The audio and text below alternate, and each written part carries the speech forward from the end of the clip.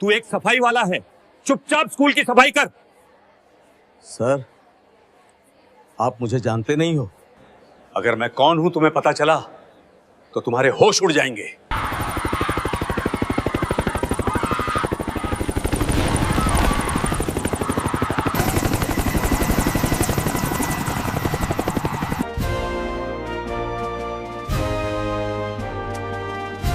तुझे बोला था मैंने, तू जानता नहीं मुझे।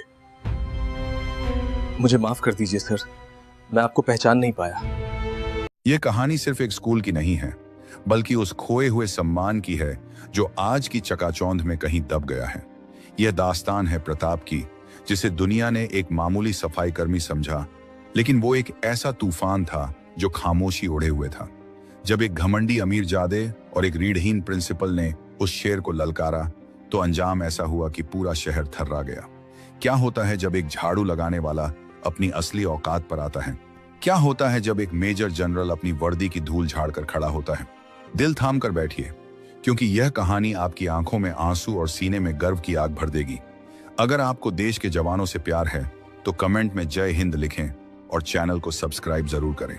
शहर के शोर शराबे से दूर, धूल और धुएं के बीच खड़ा सरस्वती विद्या मंदिर एक ऐसा स्कूल था जहां शिक्षा से ज्यादा रुतबे की पूजा होती थी। स्कूल की इमारत पुरानी थी, दीवारें दरक रही थीं, लेकिन उसके गेट पर लगी प्रिंसिपल की नेम प्लेट हमेशा सोने की तरह चमकती थी। उस स्कूल में सैकड़ों बच्चे आते थे, कुछ पढ़ने के लिए और कुछ अपनी अमीरी का प्रदर्शन करने के लिए। इसी भीड़ भाड़ के बीच एक शख्स था जो किसी परछाई की तरह रहता था। नाम था प्रताप। उम्र करीब 60 के पार, चेहरे पर वक्त की गहरी लकीरें और आंखों में एक ऐसा समंदर जो न जाने कितने तूफानों को अपने भीतर दबाए हुए था। प्रताप का काम था पूरे स्कूल की सफाई करना, बच्चों के झूठे टिफिन उठाना और टीचर्स के लिए चाय पानी का इंतजाम करना। उसकी तनख्वाह मामूली थी, लेकिन उसका काम करने का तरीका किसी तपस्या से कम नहीं था। रोज सुबह जब सूरज की पहली किरण भी धरती पर नहीं पड़ती थी, प्रताप स्कूल के मैदान में पहुंच जाता। उसके हाथ में झाड़ू होती थी, लेकिन उसे पकड़ने का अंदाज ऐसा था जैसे किसी योद्धा ने तलवार थामी हो। वो सबसे पहले उस चबूतरे की सफाई करता जहां तिरंगा फहराया जाता था। वो एक धूल के कण को ऐसे साफ करता जैसे वो किसी मंदिर के गर्भगृह को पवित्र कर रहा हो। कई बार जब तेज हवा चलती और तिरंगा थोड़ा झुक जाता तो प्रताप की रूह कांप जाती। वो दौड़कर जाता और रस्सी को कस देता। उसकी नजर में वो सिर्फ एक कपड़ा नहीं था, वो उसकी माँ का आंचल था, वो उसके साथियों का लहू था जो सरहद पर बहा था। लेकिन स्कूल के बाकी लोगों के लिए वो सिर्फ एक सन की बुढ़ा था। बच्चे उसे चिढ़ाते थे, उसके फटे पुराने कपड़ों का मजाक उड़ाते थे। एक दिन की बात है, स्कूल में लंच ब्रेक हुआ था। बच्चे मैदान में खेल रहे थे। वहीं एक कोने में प्रताप कुछ सूखी पत्तियों को इकट्ठा कर रहा था। तभी वहां 10वीं कक्षा का छात्र आर्यन अपने दोस्तों के साथ आया। आर्यन शहर के सबसे बड़े बिल्डर और रसूखदार नेता का बेटा था। उसके बाप के पैसे ने उसे इतना अंधा कर दिया था कि उसे अपने सामने हर इंसान कीड़ा मकोड़ा नजर आता था। आर्यन के हाथ में एक महंगी कोल्ड ड्रिंक की बोतल थी। उसने 2 घूंट पिए और बाकी बची हुई ड्रिंक जानबूझकर उस जगह गिरा दी जहां प्रताप ने अभी सफाई की थी। प्रताप ने सिर उठाकर देखा। उसकी आंखों में कोई गुस्सा नहीं था, बस एक पीड़ा थी। उसने चुपचाप अपना कपड़ा उठाया और दोबारा जमीन साफ करने लगा। आर्यन को यह बात चुभ गई। उसे लगा कि इस बुढ़े ने कोई प्रतिक्रिया क्यों नहीं दी। उसने अपने दोस्त से कहा, देख रहे हो, इसे कहते हैं असली औकात। ये लोग इसी लायक हैं। आर्यन ने फिर से अपनी बोतल से बची हुई बूंदें प्रताप के सिर पर टपका दी। ठंडा पानी जब प्रताप के सफेद बालों से होकर उसकी गर्दन पर गिरा तो उसका शरीर एक पल के लिए अकड़ गया। वो खड़ा हुआ। उसकी लंबाई 6 फीट थी और भले ही उम्र ने उसे झुका दिया हो, लेकिन उस वक्त वो किसी पहाड़ जैसा लग रहा था। उसने आर्यन की आंखों में आंखें डालकर कहा, बेटा, पानी और अन्न का अपमान नहीं करते और किसी की मेहनत का मजाक नहीं उड़ाते। यह संस्कार तुम्हें तुम्हारे पिता ने नहीं दिए क्या? प्रताप की आवाज में कोई चीखना चिल्लाना नहीं था, लेकिन उसमें एक ऐसी भारी गूंज थी कि आर्यन एक कदम पीछे हट गया। लेकिन अपने दोस्तों के सामने अपनी हेकड़ी कम होते देख उसका अहंकार जाग गया। उसने चिल्लाकर कहा, अब तू मुझे सिखाएगा संस्कार? 2 कौड़ी का नौकर होकर मेरे बाप पर सवाल उठाता है। तू जानता है मेरा बाप चाहे तो इस पूरे स्कूल को खरीद कर यहाँ पार्किंग बना दे। आर्यन ने आप देखा न ताव प्रताप के हाथ से झाड़ू छीनी और उसे दूर फेंक दिया। फिर उसने प्रताप के सीने पर धक्का दिया। प्रताप चाहता तो उस लड़के की कलाई मरोड़कर उसे वहीं धूल चटा सकता था। वो जानता था कि एक बार कैसे किया जाता है जो इंसान को उठने लायक न छोड़े, लेकिन उसने खुद को रोक लिया। उसने सरहद पर दुश्मनों से लड़ना सीखा था, अपने देश के भटके हुए बच्चों से नहीं। प्रताप लड़खड़ाया लेकिन गिरा नहीं। तभी वहां प्रिंसिपल खन्ना आ धमके। खन्ना एक ऐसा इंसान था जिसकी रीढ़ की हड्डी शायद थी ही नहीं। वो हमेशा पैसे और पावर के सामने रेंगता रहता था। उसने देखा कि आर्यन गुस्से में है। बिना पूरी बात जाने खन्ना ने अपनी फाइल मोड़ी और प्रताप के सिर पर दे मारी। उसने चीखते हुए कहा, प्रताप, तेरी मति मारी गई है। हमारे वीआईपी स्टूडेंट से बदतमीजी करता है। माफी मांग इससे, अभी के अभी इसके पैरों में गिरकर माफी मांग। पूरा स्कूल इकट्ठा हो गया था। सैकड़ों आंखें देख रही थी। एक तरफ वो बूढ़ा सफाई कर्मी था जिसने कभी अपनी ड्यूटी में कोताही नहीं की, और दूसरी तरफ वो बिगड़ैल लड़का और भ्रष्ट प्रिंसिपल। प्रताप ने खन्ना की तरफ देखा और धीमे स्वर में कहा, सर, मैंने कोई गलती नहीं की है। इसने तिरंगे के पास गंदगी फैलाई, मैंने बस इसे रोका था। यह सुनते ही खन्ना का चेहरा लाल हो गया। उसने कहा, जुबान लड़ाता है, अभी तेरी अकड़ निकालता हूं। प्रिंसिपल ने प्रताप का कॉलर पकड़ा और उसे घसीटते हुए गेट की तरफ ले गया। उसने सबके सामने प्रताप को एक जोरदार लात मारी। प्रताप धूल में गिर गया। उसके घुटने छिल गए। हथेली से खून रिसने लगा। आर्यन और उसके दोस्त हंस रहे थे। खन्ना ने अपनी टाई ठीक करते हुए कहा, कल स्कूल का एनुअल फंक्शन है, बड़े बड़े अफसर आने वाले हैं। अगर तेरी मनहूस शक्ल कल यहां दिखी तो पुलिस को बुलाकर तुझे अंदर करवा दूंगा। भाग जा यहां से। प्रताप धीरे धीरे उठा। उसने अपने कपड़ों से धूल झाड़ी। उसने किसी से कुछ नहीं कहा। न उसने प्रिंसिपल को गाली दी, न आर्यन को कुछ कहा। उसने बस एक बार उस तिरंगे को देखा जो हवा में लहरा रहा था। उस पल उसकी आंखों में आंसू नहीं थे, बल्कि एक फैसला था। एक ऐसा फैसला जो कल के सूरज के साथ इस स्कूल की तकदीर बदलने वाला था। वो अपना टूटा हुआ चश्मा जेब में रखकर गेट से बाहर निकल गया। उस रात प्रताप अपनी छोटी सी कोठरी में सोया नहीं। वो कोठरी जो स्कूल के पीछे एक तंग गली में थी। उसने अपने पुराने संदूक का ताला खोला। जंग लगे ताले की आवाज रात के सन्नाटे में गूंजी। संदूक के अंदर से उसने एक वर्दी निकाली। वो वर्दी जिसे उसने 15 साल पहले तह करके रखा था। उस वर्दी पर धूल का एक कण भी नहीं था। उसने अपनी मेडल वाली पेटी निकाली। महावीर चक्र, कीर्ति चक्र और न जाने कितने पदक जो उसने अपनी जान पर खेलकर कमाए थे। उसने वर्दी को अपने सीने से लगाया।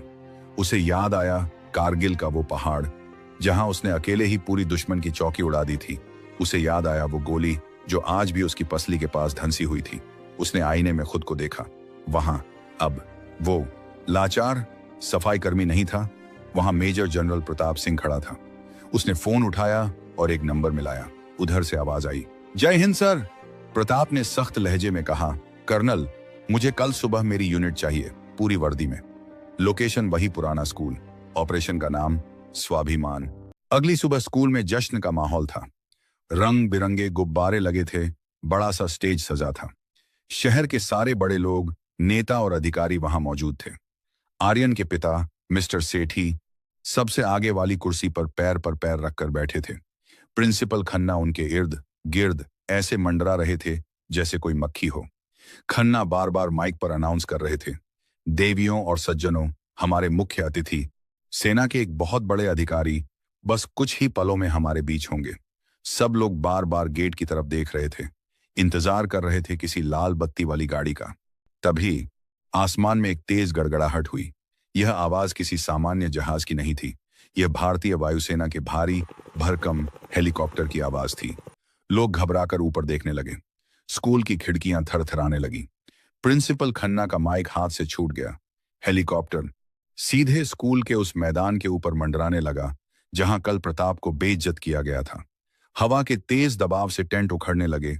धूल का एक गुबार उठा जिसने सबको अपनी आगोश में ले लिया। आर्यन और उसके पिता अपनी आंखों पर हाथ रखकर बचने की कोशिश कर रहे थे। हेलीकॉप्टर धीरे धीरे नीचे उतरा। जैसे ही उसके पहिए जमीन पर लगे, रोटर की आवाज थोड़ी कम हुई। दरवाजा खुला और रैंप नीचे आया। सबसे पहले 4 ब्लैक कैट कमांडो नीचे उतरे और उन्होंने पोजीशन ले ली। लोगों की सांसें अटकी हुई थीं। फिर एक बूट जमीन पर पड़ा। वो बूट इतना चमकदार था कि उसमें चेहरा देखा जा सके। फिर वो शख्स बाहर आया। 6 फीट लंबा कद, सीना तना हुआ, आंखों में अंगारे और कंधों पर मेजर जनरल के सितारे। उनकी वर्दी पर सजे मेडल सूरज की रोशनी में चमक रहे थे। प्रताप सिंह, यह वही चेहरा था, बस अब उस पर लाचारी नहीं, सत्ता थी। वो मंच की तरफ बढ़े। उनके चलने के अंदाज में इतना रुतबा था कि वहां मौजूद पुलिस के बड़े बड़े अधिकारी अपने आप अटेंशन में आ गए और कड़क सैल्यूट मारा। प्रिंसिपल खन्ना की हालत ऐसी थी जैसे उन्हें लकवा मार गया हो। वो पहचान ही नहीं पा रहे थे कि यह वही इंसान है जिसे उन्होंने कल लात मारी थी। आर्यन के पिता की सिगरेट उनके होंठों से गिरकर उनकी महंगी शेरवानी को जला रही थी, पर उन्हें होश नहीं था। प्रताप सिंह सीधे माइक के पास पहुंचे। उन्होंने एक बार पूरे पंडाल पर नजर घुमाई। सन्नाटा इतना गहरा था कि अगर कोई सुई भी गिरती तो उसकी आवाज सुनाई देती। उन्होंने बोलना शुरू किया। उनकी आवाज में वो कड़कपन था जो तोप के गोले में होता है। उन्होंने कहा, मैं मेजर जनरल प्रताप सिंह, भारतीय सेना की राजपुताना राइफल्स का पूर्व कमांडर और पिछले 2 साल से इस स्कूल का सफाई कर्मी। भीड़ में से सिसकियों की आवाजें आने लगी। प्रिंसिपल खन्ना पसीने से बतर होकर कुर्सी के पीछे छिपने की कोशिश कर रहे थे। प्रताप ने आगे कहा, मैं रिटायरमेंट के बाद आराम कर सकता था, गोल्फ खेल सकता था, लेकिन मैंने चुना अपने देश की नींव को देखना। मैं देखना चाहता था कि हमारे स्कूलों में भविष्य कैसे तैयार हो रहा है। और मुझे क्या मिला? गंदगी। जमीन पर नहीं, आप लोगों के दिमाग में। प्रताप ने उंगली उठाकर प्रिंसिपल की तरफ इशारा किया। खन्ना कांपते हुए खड़े हो गए। प्रताप ने कहा, मिस्टर खन्ना, कल आपने एक सफाई कर्मी को लात मारी थी। आपको लगा कि वो कमजोर है, लेकिन आप भूल गए कि वो सफाई कर्मी उसी देश का नागरिक है जिसकी रक्षा के लिए हम सरहद पर गोली खाते हैं। एक शिक्षक का काम होता है चरित्र बनाना, और आप यहाँ चापलूसी की क्लास चलाते हैं। आपने मुझे नहीं मारा, आपने उस भरोसे को मारा है जो एक गरीब बाप अपने बच्चे को स्कूल भेजते वक्त करता है। फिर प्रताप की नजर आर्यन के पिता पर पड़ी। वो मंच से नीचे उतरे और उनके सामने जाकर खड़े हो गए। आर्यन के पिता, जो शहर के बाहुबली माने जाते थे, आज भीगी बिल्ली बने बैठे थे। प्रताप ने कहा, मिस्टर सेठी, आप बहुत अमीर हैं ना? आप पूरी दुनिया खरीद सकते हैं, तो बताइए इस मेडल की क्या कीमत लगाएंगे? प्रताप ने अपने सीने पर लगे महावीर चक्र को दिखाया। यह मेडल मुझे तब मिला था जब मैंने अपनी एक टांग पर गोली खाने के बाद भी दुश्मन के बंकर को उड़ाया था। आपके बेटे ने कल तिरंगे के पास गंदगी फैलाई और आपने उसे डांटने के बजाय मेरी शिकायत की। आप अपने बेटे को विरासत में दौलत दे रहे हैं, लेकिन जमीर नहीं। और याद रखना, बिना जमीर का इंसान उस इमारत जैसा होता है जो एक दिन अपनी ही नींव पर गिर जाती है। प्रताप वापस मंच पर गए। उन्होंने आर्यन को बुलाया। आर्यन डरते डरते मंच पर आया। उसका पूरा शरीर कांप रहा था। उसे लगा कि अब उसे सजा मिलेगी, लेकिन प्रताप ने अपनी जेब से एक चॉकलेट निकाली और उसे दी। उन्होंने उसके कंधे पर हाथ रखा और कहा, बेटा, गलती तुम्हारी नहीं है, गलती उस परवरिश की है जो तुम्हें मिली। वर्दी और पद से कोई बड़ा नहीं होता, इंसान बड़ा होता है अपने कर्मों से। कल तुमने एक सफाई कर्मी को धक्का दिया था, आज मैं तुम्हें माफ करता हूं, लेकिन वादा करो आज के बाद तुम किसी भी इंसान को छोटा नहीं समझोगे, चाहे वो जूता पॉलिश करने वाला हो या देश का प्रधानमंत्री। आर्यन की आंखों से आंसू फूट पड़े। उसने प्रताप के पैर पकड़ लिए और फूट फूट कर रोने लगा। उस दिन उस स्कूल का हर बच्चा, हर टीचर और हर माँ बाप रो रहा था। प्रताप ने आखिर में कहा, मैं आज यहां से जा रहा हूं, मेरा मिशन पूरा हुआ, लेकिन मैं आप सबको एक जिम्मेदारी देकर जा रहा हूं। अपने बच्चों को डॉक्टर या इंजीनियर बनाने से पहले एक अच्छा इंसान बनाइए, क्योंकि देश को मशीनों की नहीं, जज्बातों की जरूरत है।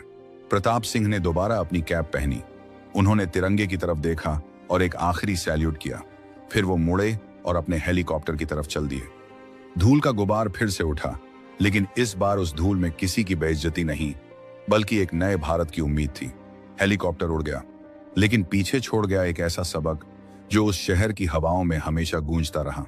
प्रिंसिपल खन्ना को उसी दिन सस्पेंड कर दिया गया और स्कूल का पूरा मैनेजमेंट बदल दिया गया। लेकिन सबसे बड़ा बदलाव आर्यन में आया, जो अब हर रोज सुबह स्कूल आकर सबसे पहले उसी सफाई कर्मी की तरह झाड़ू लगाता और तिरंगे को सलामी देता। दोस्तों, पद और पैसे का नशा एक दिन उतर जाता है, लेकिन इंसानियत की खुशबू हमेशा रहती है। मेजर जनरल प्रताप सिंह की यह कहानी हमें यही सिखाती है। जय हिंद।